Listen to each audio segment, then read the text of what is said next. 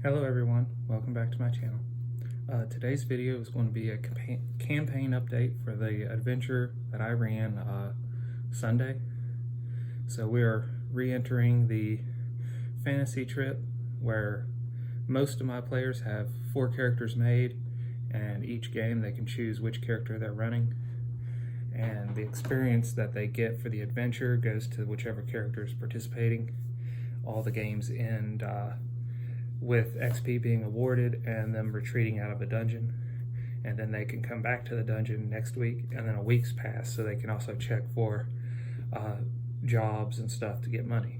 So this gives a lot more downtime and a lot more freedom of what's going on behind the scenes, and keeps the players from being super poor as they adventure. Not to mention there's cool shit in dungeons, so there's always reasons to go. So the party the players selected their characters. Some were running 2, some are running 1 character. They have selected the mission to open up a trade route that is being held by ice giants. So they start heading northeast from town. They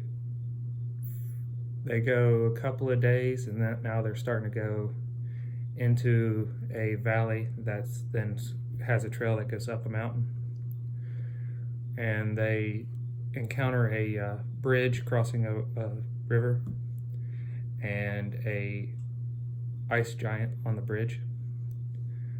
The party wins initiative, and they make quick work of the ice giant. Outnumbering the ice giant 7-1, it's not a surprise. Or 6-1. So the giant was there to collect toll and then to ambush the party from behind, and they took it out pretty quick. Up the hill a good ways, they find a ruined caravan. A bunch of wagons that have been destroyed, horses that have been killed and mutilated. Most of the goods are gone. At this point, they have a random encounter, and that random encounter ended up being slimes.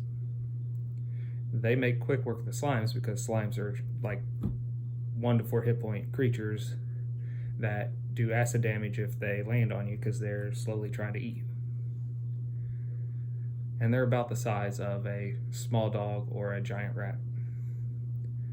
So the party makes quick work of those, and then continues on, and then they encounter the ogre that's up frost giant that's up on the trail. I used ogre stats for these frost giants, and then their boss I used troll stats for. It sees the party and attempts to attack them, and the party again, after it misses, destroys it quickly. They raid its corpse. They raid the first giant's corpse as well when they killed it. And they took the heads because the jarl that they're working for, the noble of the town, he is going to pay them in silver equal to the weight of the heads. The party, after taking the second head, continues on, and I think at this point the gargoyles wanted to scout ahead. So the 2 gargoyle players fly up and over, trying to look, see what else is out there, so that way they don't get ambushed by a bunch of giants. At this point, they have a random encounter. You gotta love random encounters. So they encounter the 1 fire dragon that the party really never wants to be in the territory of. It interviews them. A lot of flattery is given by one of the gargoyles, so he lets them be for now on. But the reason why you want to avoid this fire dragon is because he learned polymorph whenever he hit puberty. So he has been mating with every female creature in his territory.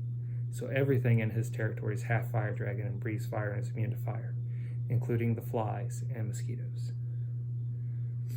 So everyone fears his territory, not necessarily because he is the strongest dragon, just because of how he's built his territory.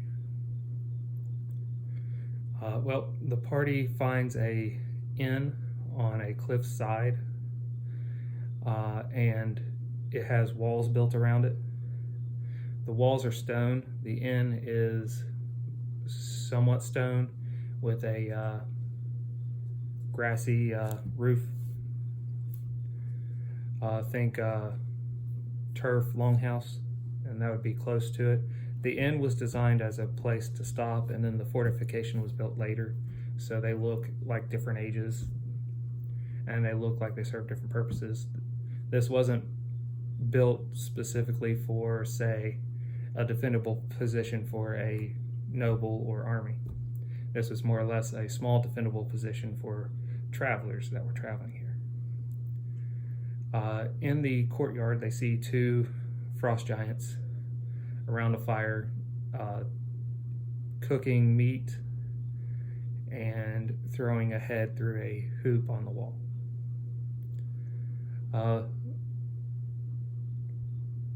One of the gargoyles sets the thatched roof on fire. Or not thatched roof, turf roof on fire, using alchemist fire and oils and such. They provoke the giants, and then they get the giants to chase after them. The boss comes out, and he's chasing after them as well. The party sets up an ambush where they can attempt to knock one of them off of the cliffside,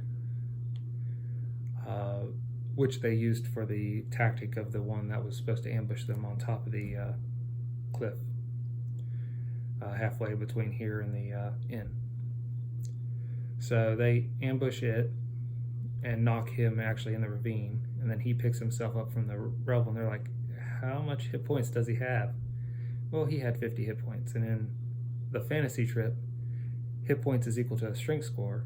Most characters are going to have between 8 and 16 strength at the beginning of the game. So this thing has at least double, if not triple, the hit points of most characters. So it picks itself up. The party rushes to kill it first. They manage to do so. And then the other two, they take out easier because they've already had experience doing it. And then they collect all the heads. They go and they raid all the gear and stuff that was in the and trade goods that was in the inn, and they try to figure out a means to transport it back. I didn't reward them anything during the game, but I'm going to reward them after this week on what all they got and what all they can take where. But now they've opened up the trade route to the town/village to the northeast, where they were getting iron and coal from. So now they can bring that back to their town, the traders can, and now they'll actually have the means to make more iron goods. That was the adventure in the short of it. There's a lot more buffoonery going on between everybody and a lot more hanging out because it is a social game. It is fun. I still enjoy listening to how people want to convert each of their individual characters to different types of Pathfinder classes. And eventually in the future they will. So this will go from a fantasy trip game to a Pathfinder game when I think that they've done enough and seen enough to be 5th level adventurers in Pathfinder. And at that point we will have a lot more fun running into the bigger creatures of the Pathfinder world. Well, until we meet again, have fun.